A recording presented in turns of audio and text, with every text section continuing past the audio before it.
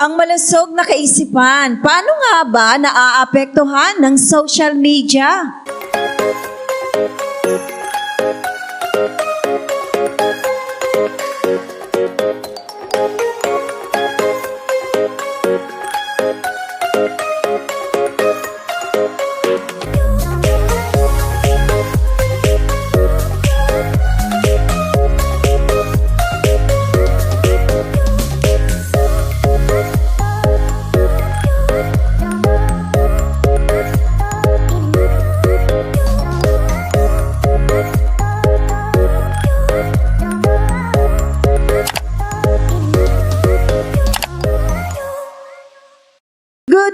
Good morning, and welcome to Usapang Kristiyanong Tahanan. Isang napakagandang umaga sa inyong lahat. Umuulan na umaga. Oo nga. Malamig, pinalamig pa ng ating ulan sa araw na ito. Subalit, ating patuloy na paiinitin ang usapan dito sa Kristiyanong Tahanan. Sapagkat pag-uusapan muli natin, no? Ang epekto ng social media kung tayo ay meron ng malulusog na kaisipan. Oo. Diba? Naku, napakahalaga sa mga panahong ito sapagkat ang isa sa ating mga goal ay magkaroon o manatili ang malusog na kaisipan. Subalit, hindi natin maiaalis o mawawala ang social media Oo. sapagkat kabahagi na ito. Oo nga. Katabi na natin to Kasama na, kapartner na sa ating buhay. Oo, Ano maging nga sa ba? hanap buhay, no? Oo. Maging sa hanap buhay, sa pang-araw-araw na gawain, abay, Yes. kasama na ang social media. True. Oo. Ayan. Siyempre, sa umagang ito, muli nating makakasama ang ating registered guidance counselor. Magandang umaga po at welcome po sa akin. Yes, sa muli mong pagbabalik at kami ay natutuwang makakasama ka muli. Sige, ating ipagpatuloy. Ano nga ba ang impact ng social media on mental health? Oo, okay. So since andito po yung ating resident guidance counselor, so oras na para po sa ating mga katanungan. Yes. Alright, so una ko pong tanong. Since we're talking about the impact of social media sa ating mental health, no? Hindi lamang po ito sa mga kabataan, no? Sa lahat Ito to. po ay maging impact din ito sa mga tulad natin na may mga edad na since tayo ay gumagamit din ng social Uy, pati media. mga lolo't lola ha, meron. Ay, oo, marunong din sila Yes. Okay. Yes. So, ito po, comparison and self-esteem. So, pag sinabing, ano po bang pagkakaiba nitong comparison and self-esteem when we talk about social media? Self-esteem and? Self-esteem, comparison and Oo. self-esteem. So, isa kasi sa nagiging impact nito na sa mental health, syempre kapag gumagamit ka, nagkakaroon ng comparison, di ba? Oo. And self-esteem. Paano ba na lubusang nakaka-apekto ito? Bakit pa nagkakaroon ng comparison? Comparison. Ano? At paano ba ito nakaka-apekto sa self-esteem? Okay, so again po, good morning. Basically, ang social media, to be fair with everyone who listens and watch this program, no? Social media is a very good tool. Very helpful. Kasi kung ikukumpara natin nung time na nung ang father ko ay nasa Saudi Arabia noon, 1984, ang communication namin ay Sulat. panis na. Alright. Siyempre magsusulat kami kasi ang tool mo lang noon ay sulat, papel at saka ballpen. Voice tape, no? Oo. Actually, yung voice tape, mga 1986 na namin nagamit eh. Oo nga. Bago mo maiparating ang gusto mong sabihin, it took about 2 to 3 Months. weeks. Weeks, 2 to 3 months. weeks, no? Tagal, Saudi no? Arabia. Bago mo matanggap yung sagot niya doon sa mga gusto mong malaman, another 2 to 3 It weeks. takes, So, ibig sabihin, Month. Ang oo, mga abutin. 1 and a half, almost 2 months. Ganun siya kahirap nung wala itong tool na ito.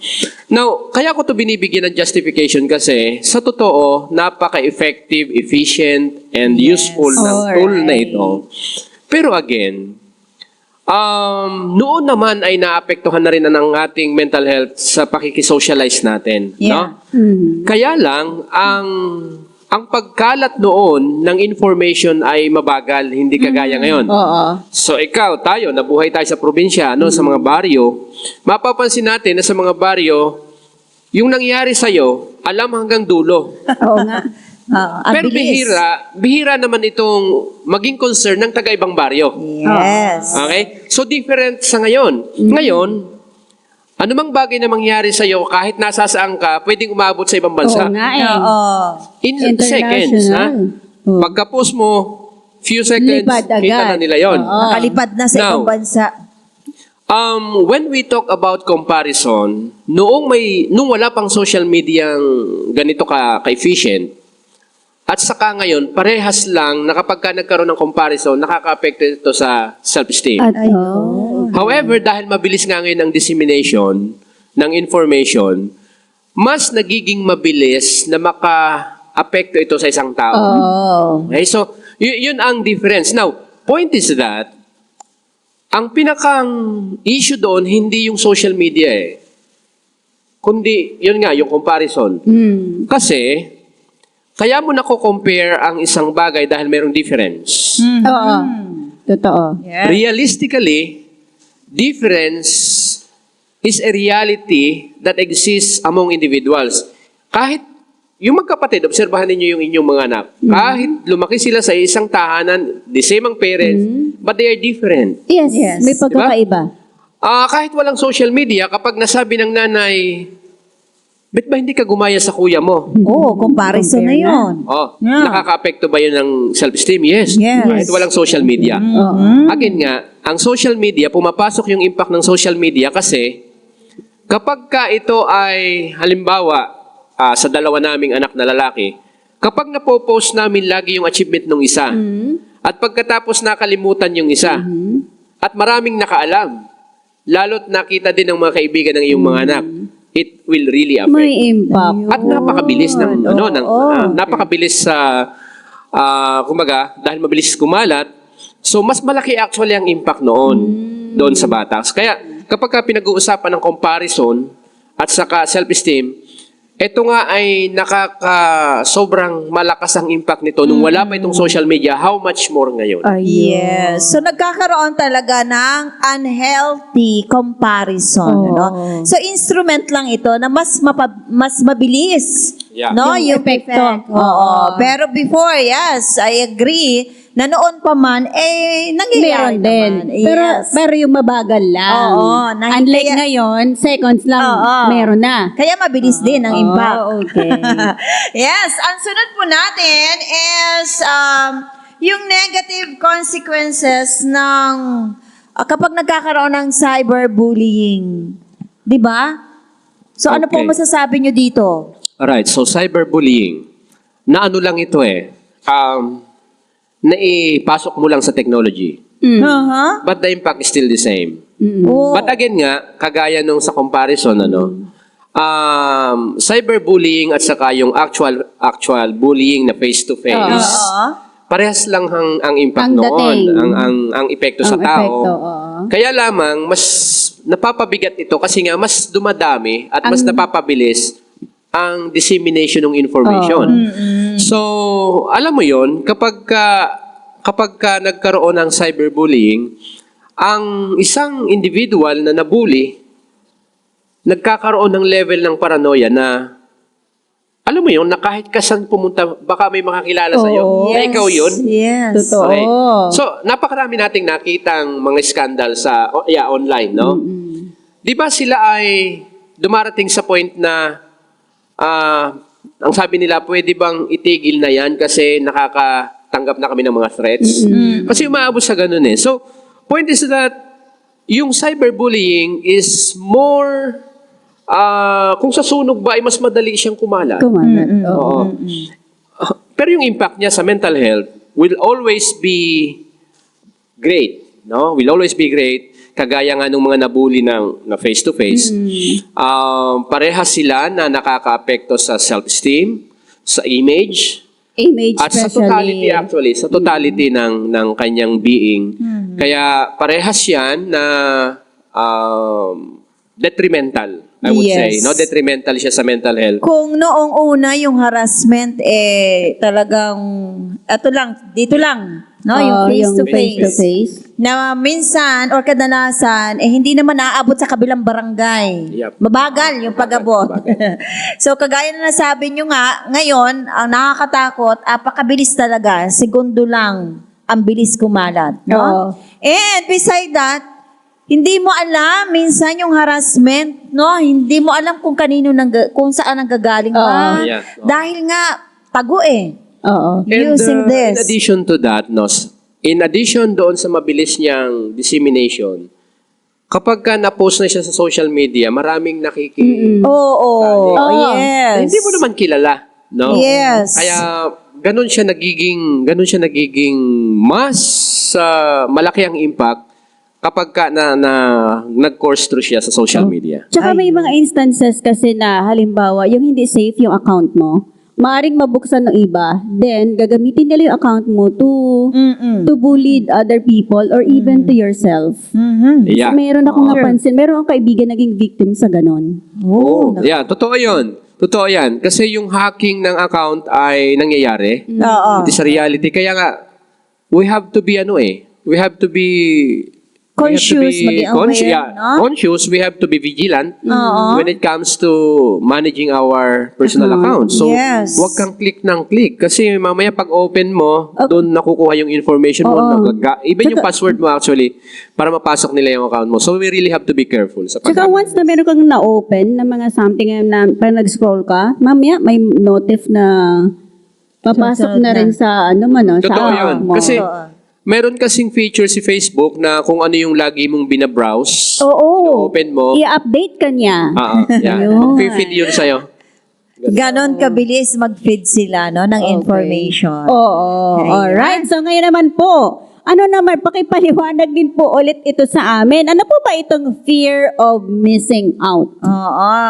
Yung how the fear of missing out on social events and also yung mga experiences na nakikita dito sa social media, no? Na paano ba ito nagko-contribute ng anxiety sa mga tao? Okay. So I do not know if I get the context of that question correctly. Fear of missing out. Ang pagkaintindi ko kasi diyan is alam mo yung hindi ka kasama, yung hindi ka kasali, wala kang alam. Oo. We have one student na nagtataka kami kasi nawala siya doon sa GC namin. Nung magkausap kami, anong nangyari? Bakit nawala ka? Sabi niya, Sir, ang ingay po kasi nung GC, hindi ako makarelate eh. Oh. So doon ko siya nakikita, doon ko siya tinitingnan yun ang pagkaintindi ko doon. Ano? kaya pala it will lead to anxiety also. Kasi Oo. parang, ano nangyayari? Na-misplace ka. Actually, yung sense, yung pagkadama ng out of place. Yes. Ang hirap eh. Yun din ang dahilan. Ako pa naman, hindi ako mahilig magbasa. So, kapag ka ang GC ay maingay, nananahimik ako. Maingay eh. Kasi di ako makarelate. Ang kakailanganin ko pa, mag-back read. Ang haba. Oo, tapos mamaya baka pagsagot ko, Iba, no? magtaka lahat, out of context ako. Out of So, context ka. anxious actually, yung mga ganon, no? Oo. May ganon talagang, natitrigger talaga yung anxiety doon.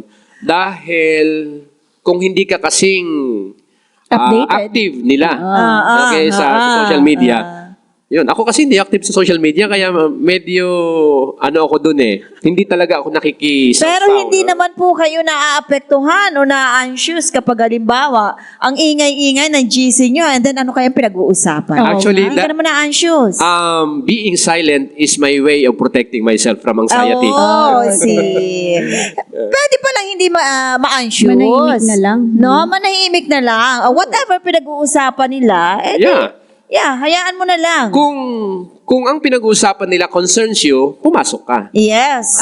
Okay. Yes. Also, yun yung magandang paalaala sa atin, Para hindi naman maging instrumento ang social media na lagi ka ma-anxious sa buhay mo, sa situation mo, sa araw-araw mong buhay, pwede naman palang limitahan, Yung pag-open mo, Para iwas din na lagi ka nang naa-anxious sa To iyo. protect yourself na rin. Yes. Yung privacy mo na din, Yes. no? Okay. Oo. So, let me use this moment kasi yan yung context ng pinag-uusapan True. natin. Para sa ating mga magulang na mayroong mga teenager na mga anak, lalo higit yung ating mga anak, bagaman halimbawa wala pa sila sa teenage years nila, sila ngayon nasa grade 4, actually kahit nga grade 3, 4, Oo. 5, 6, yan yung mga age na nag-start na sila talaga na sobrang focus at busy sa social media. Ang time nila halos nandoon. Now, maging reminder sana sa atin na dahil dito sa ganitong efficiency ng social media, kapag hindi natin na-guide ang ating mga anak sa responsible usage ng social media, doon nila pwedeng maranasan yung mga pinag-uusapan natin. Yes. No? Yes. Kasi kapag ibinigay lang natin yan sa kanila para makatuloy-tuloy tayo sa ginagawa natin, Oo. kadalasan ganun kasi ang strategy Oo ng mga nga, parents, no? Bigay excuse. Para makagawa sa kanilang gawain, matapos ang kanilang ginagawa. Ito na yung gadget. Babysit si Yeah. technology. Yeah, so bahala ka na. Ang problema nga doon, hindi mo siya natuturuan kung paano siya gamitin ng tama, paano mo i-confront or harapin, hawakan yung mga situation na kapag ka may, parang hindi na maganda yung sagot doon sa sinabi ko. Yes. Paano mo siya sasagutin? Paano mo siya, anong way na haharapin or iha-handle mo ito? So kapag hindi natin nabigyan sila ng ganong strategy, how to use social media, doon possible na hindi natin alam. Kasi inner yun di ba? Yung Yeah. mental health issues at saka impact ay sa loob nangyayari. So, posible na magulat na lang tayo sa sudden change ng Ayun. behavior ng ating mga Oo. anak. Kasi nga, naapektuhan na pala sila dahil hindi natin na-guide. Ayun. Dahil po dyan, meron tuloy akong naalala. Parang yung itong bata na to around like 7 to 8 years old. So, since nga, yun nga, babysit na nga yung technology. Yun na lang ang, para lang nga makapagtrabaho yung nanay, Minsan napansin ko talaga siya na nagtantrum. Kasi daw, doon sa kanilang GC, ay hindi na siya sinasali. Ayun. So ano, Yun at na. bakit siya nagtantrum? Anong naging dating sa kanya? OP. Open na siya. Okay. Yan. Na-miss niya yung Missing yan, yung missing out. Yes, So yes. out of place na siya, hindi na siya ngayon makarelate, hindi niya na maintindihan. Maraming case maraming case akong na-encounter na ganyan sa school na nagkakaroon or dumarating sa point na nape-perceive nung na-out of place na siya na yung pinag-uusapan. Oo. Mapapansin mo sa panahon ngayon, napakalaki ng impact sa kanila, no? Kapag nalileft behind sila sa mga ganito. Oo nga masyado Ganitong silang usapan affected, sa GC. no? Oo. Pero ano ba yun? Madali ba nila, may recover ba nila yun? O yung mga effects sa behavior nila? It will take, kasi bago nangyari yon, it is actually a process para makarating ka sa ganung sitwasyon. Oo. So, marirecover din yon. However, it will also take a process. Oo. Ang problema lang doon, few people know how to revert. Ayun. Yun ang mahirap Kasi yung proseso para makarating ka doon, kinakailangan din ng proseso, same path, Pabalik. pabalik. Yes. Yes. Kaso, mga therapist lang ang halos nakakaalam Yun kung nga. paano yun ibalik. Naku, kaya pala dumarating sa punto, na talaga namang yung anxiety ng mga bata, ng ating mga anak, ay tumataas yung degree dahil nga totally nagiging dependent sila sa social media. Kaya And nakakalungkot take note. ngayon.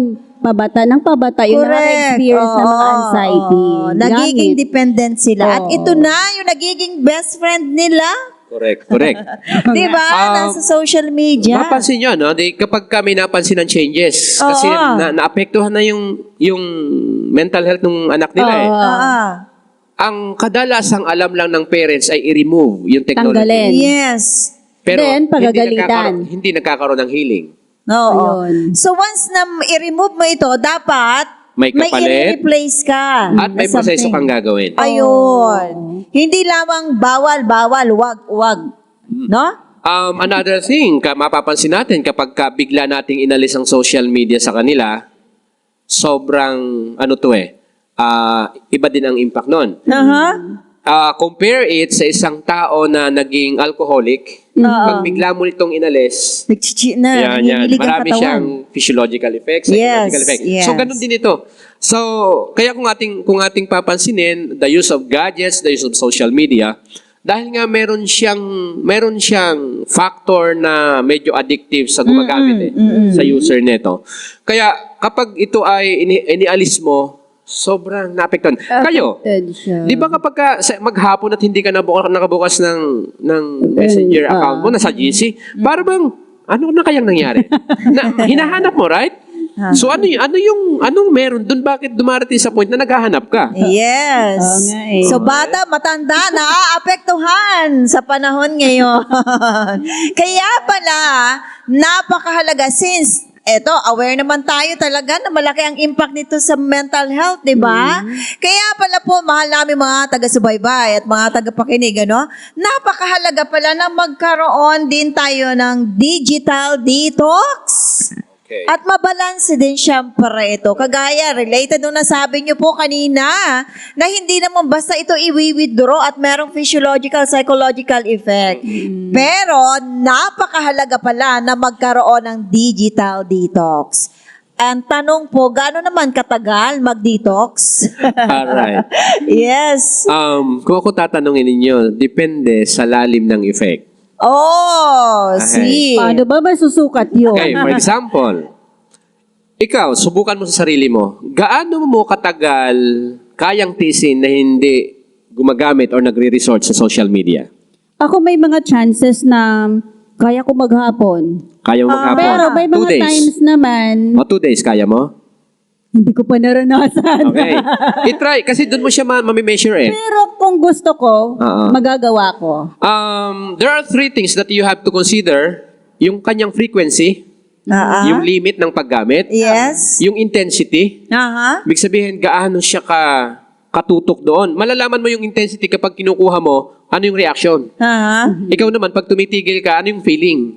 Doon mo malaman yung dating sa'yo eh. Oo. And third, yung duration, gaano katagal. Oh. So yung FID, to be more particular, i-observe mo yung tatlo na yon. Yun ang makakatulong sa'yo para ma-measure mo kung gaano nakalalim ang pagka-hook ng isang tao sa social media. Again, the FID means Frequency, intensity, intensity, and also duration. Duration. Ah. Eh, halimbawa, gagawa ko ng excuse. Ay, gamit ko to sa work eh. Eh, hindi pwedeng 2 days, 3 days kung Oo. hindi, buksan yung Diba? cellphone. Okay, so I want to consider that question. Ginagamit ko. Ang tanong, talaga bang ginagamit mo? Secondly, kung hindi mo yan ginagamit, ano ang dahilan at nangangatuwiran ka o nagrarason ka? Ay, okay. Alam nyo, na-experience ko ito magkaroon ng digital detox during the pandemic na online ang klase. So, ang ginawa ko, in-inform ko ang mga students ko, mga co-worker ko, ay detox ako, digital detox ako for 2 days. Okay? So, wala talagang disiplina na hindi mo bubuksan at i-off mo talaga yung iyong cellphone. Oh, okay. Feels good. Kasi sabi ko parang, iba talaga yung impact na medyo nabawasan yung radiation sa iyo, di ba? Yung pag-o-open mo, nakakatuwa pa. Another Sarap thing sa na pakiramdam.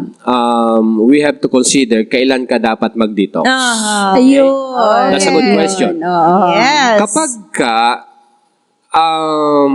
medyo nagiging negative na ang attitude mo towards sa usapan, Aha. towards sa flow ng mga nakikita mo, Aha. kapag ka ikaw ay hindi na maganda yung nararamdaman, Yes. halimbawa medyo, yung madali ka bang mainis sa, Oo, na parang nakakairita yung mga nakikita mo, sa yung mga nababasa mo. pinag-uusapan nila, na kung tutuusin, nung ikaw ay mentally healthy, okay lang sa'yo, wala nang Oo, epekto hindi ka sa'yo. Okay. affected. So, ibig sabihin nun, medyo toxic Ano ka na? Oo. Okay? And it's kaya kapag ka nakita nyo na hindi na ako nagre-reply sa GC, Nagde-detox Detox ka ako. na. Nagdi-detox. Yes. Gano'n ba dapat ka-limit? Once a week, once a month, o ano? kung tatanungin nyo anytime? ako, depende sa degree ng Depende sa pagkalason. needs. Again, Oo. ay paalala, no? Yung frequency, yung intensity, and also duration. Yeah. Pero, napakahalaga na magkaroon po tayo ng digital detox. Oo. Para sa kalusugan, pangkaisipan, at sa ating pangangatawan at the same So, time. We hindi have pala to- pwede natin gawing excuse na, okay, para sa work, para... Hindi ko consider natin yung mental Yes. health natin na makapagpahinga sa ganitong Yeah. social media. We have to be, we have to always consider yung awareness. Aha. We have to be aware of what we are feeling. Yung attitude nga natin, dapat aware tayo. Kasi minsan, dahil sa kabisihan natin, or minsan dahil na toxify na talaga tayo, Oo. alam mo yun, hindi mo naramdam na ikaw pala ay intoxicated na. Oo. So, yeah, awareness is very important. Kaya, sa lahat ng, di ba sa ating face-to-face interactions, lagi natin sinasabi, bago mo bitawan ng iyong salita, pag-isipan mo raw to ng hindi lang 10 Maraming beses, beses. maraming beses, no? Yes. Kung ito ba'y katotohanan, ito ba'y makakatulong, ito ba ay hindi chismis, no? Lahat yan itatanong mo muna, yung four-way test ng Rotary Club. Maganda yun actually, no? Ganun eh. So, ano ang pagkakaiba nito sa paggamit mo ng social media? In fact, dapat i-apply mo yun doon para hindi ka rin maging source ng, hindi ka rin maging toxic sa iba. Ayun. Okay. And so, ikaw din naman, maging aware ka na ito ba'y lagi mong tinetest yung iyong sarili bago ka mag-engage sa social media. Okay. Oh, another impact ng social media po ay impact nito sa sleep at ang body image concern. Now, imagine. Ito pala ay nakaka-apekto din sa ating tulog at maging dun sa body image concern. Yeah, normally, yes. Aha. Dahil kanina napansin natin yung, or narinig natin yung word na anxiety. Oo. Ang taong laging anxious usually nadideprive ng tulog. Yes. So, well, when it comes to the context of body image, mapapansin natin, papasok yun doon sa context ng comparison. Aha. Naalaala nyo yung Barbie, noong unang ito ay bumaha. Well, the term is bumaha kasi dumami talaga Dumami. ng mga Barbie doll sa US. Alam nyo bang marami ang nagkaroon ng cases ng anorexia, ng bulimia? Okay? Yung kanilang self-concept, marami actually na-depress. Kasi ang naging image na pinoportray kasi ni Barbie, yun yung ideal na katawan. Na para bang pagka hindi ka kagaya ni Barbie, pangit ka. Nako. Alright? So, ano siya, ganun ang impact talaga niya sa mental health, no? Lakas, no? Eh kasi nga, meron ka bang parang nagiging model, Pinagkukumparahan. o nagiging source ng comparison mo sa iyong sarili. And naturally, kapag affected ka na, concerned ka na sa body image, aba, ikaw ba naman, makakatulog ka ba naman ng maayos ito? It will affect the self-image ng isang person. Yes. Hindi lang sa mga babae yun, ha? Oo. Kahit sa mga lahat. lalaki. Correct. Yeah. Oo. So self-image, yung kanilang esteem, kasama na yan. Yes. And most of all, yung value. Yung Yes. self-value. Kasi syempre, interconnected siya dahil yung pagpapahalaga mo kasi sa sarili mo ay laging depende sa tingin mo sa sarili mo. True. Kaya yung mga ideation na pangit ako, hindi ako kagaya nila, hanggang lumalim na yan na Nagko-compare ka na ngayon. parang hindi na ako karapat-dapat Oo. makita. So yun, Diba? nag-self-pity na. Oo. So, nag-evolve yung feelings. Yes, yes. And lastly, Privacy and security. ayun. Yan ang pinakamalungkot na nangyayari ngayon. Aha. Marami ang nagsasamantala, kaya nga nang hahak. Okay? Yun. Yan ang pinakamahirap alagaan, yung privacy. And besides, kaya mo nilagay sa social media, parang ibinibenta mo na. Okay. Ibinibigay mo na. Lalo Sinusuko mo na. Oo, lalo yung iyong nilalagay mo privacy. lahat ng information mo. Correct. Yes. Correct. Kaya maging maingat talaga, no? Sobra. Hindi lahat ay nilalagay Oo. mo na, inopen mo na, ibinulgar mo na lahat. Paalaala, be responsible. Yes. Kaya Yes. tayo man ang nagsasalita, kagaya ng kunin natin ang sinasabi ng Bible, yun the words rightly spoken. Mhm. No? Ibig sabihin, yung mga salita natin na nasabi natin ng tama, Mhm. na timing, ito daw ay kagaya ng apples of gold sa silver na basket. Yes. So ibig sabihin, kapag ka tayo ay magsasalita, tayo ay magpo-post sa social media, siguruhin natin ito'y tama, siguruhin natin na ito'y totoo, siguruhin natin na ito Yung ay makakatulong. helpful. Yes. Okay? Siguruhin natin na ganun kasi ang responsible usage eh. And also yung nasa Philippians 4:8, whatsoever things are true, whatsoever things are honest, whatsoever things, lahat nandoon. Pag binasa natin yon, kung pumasok doon yung ipopost natin, sigurado makakatulong to sa kapwa mo. Yes. That is true. Alalahanin po natin sa ating mga mahal na mga taga-subaybay ng Usapang Kristiyanong Tahanan, it is essential to approach social media mindfully. No? Take note of those words. Mindfully and be aware of its potential effect on mental health. And of course, syempre, may matinding palaala ang ating Holy Scripture.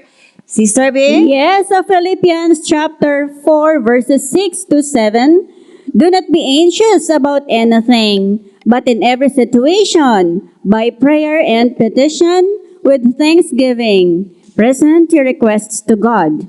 And the peace of God, which transcends all understanding, will guard your hearts and your minds in Christ Jesus. Right. Yes. Ating ibigay lahat ang mga insecurities na ito, ang mga alalahanin natin sa ating mga buhay, sa ating sarili. Huwag tayong umasa, ikumpara lagi natin ito sa ibang tao at ating aapektuhan ang ating kaisipan at maging ang ating kalusugan. Alright. So, Before we end po, sige po. lastly, hindi lang talaga natin laging sasabihin na huwag kayong maapektuhan. Kasi pag sinabi natin na effect, yan ay kahit hindi mo gusto nangyayari. Yes. So, point is, be aware, and we must know when to stop, okay, when to pause, we must know when to be active in social media, and be responsible in its usage.